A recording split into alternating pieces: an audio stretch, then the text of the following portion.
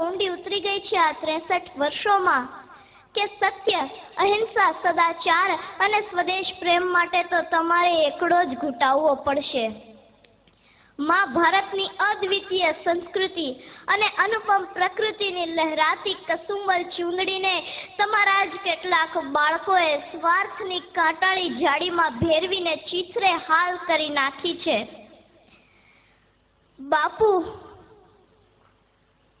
તમારી માં ભારતની આ અવદશા થઈ છે તમારા ગયા પછી.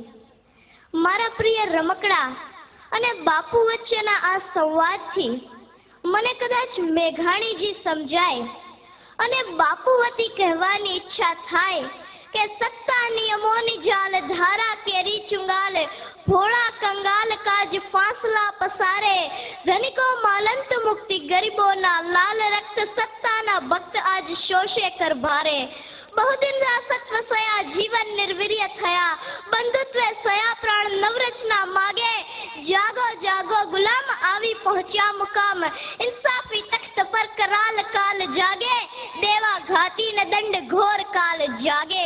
પણ પછી કહું એમ કે બાપુ આપની શક્તિ તો છે, જૂનું છે તેને જમીન દોસ્ત કરી નાખો, નવું જમીન પરથી ઊભું કરો. વર્તમાન પરિસ્થિતિમાં પણ આપની વિચારધારા અને કાર્યશૈલી યથાર્થ છે. ફર્ક થોડાક લોકોનો છે. પહેલા એ પારકા હતા, આજે તમારા પોતાના છે.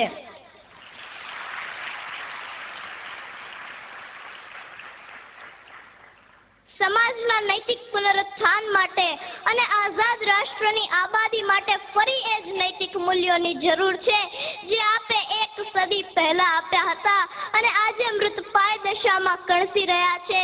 અને બાપુ 63 વર્ષની આ આખી યાત્રાનું એકમાત્ર સાક્ષી મારું આ પ્રિય રમકડું છે.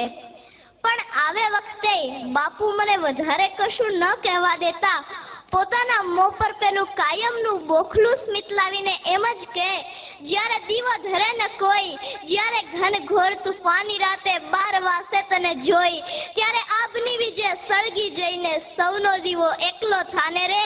તારી જો હક સુણી કોઈ ના આવે તો તું એકલો જાને રે, એકલો જાને, એકલો જાને, એકલો જાને રે. તારી જો હક સુણી કોઈ ના આવે તો તું એકલો જાને રે.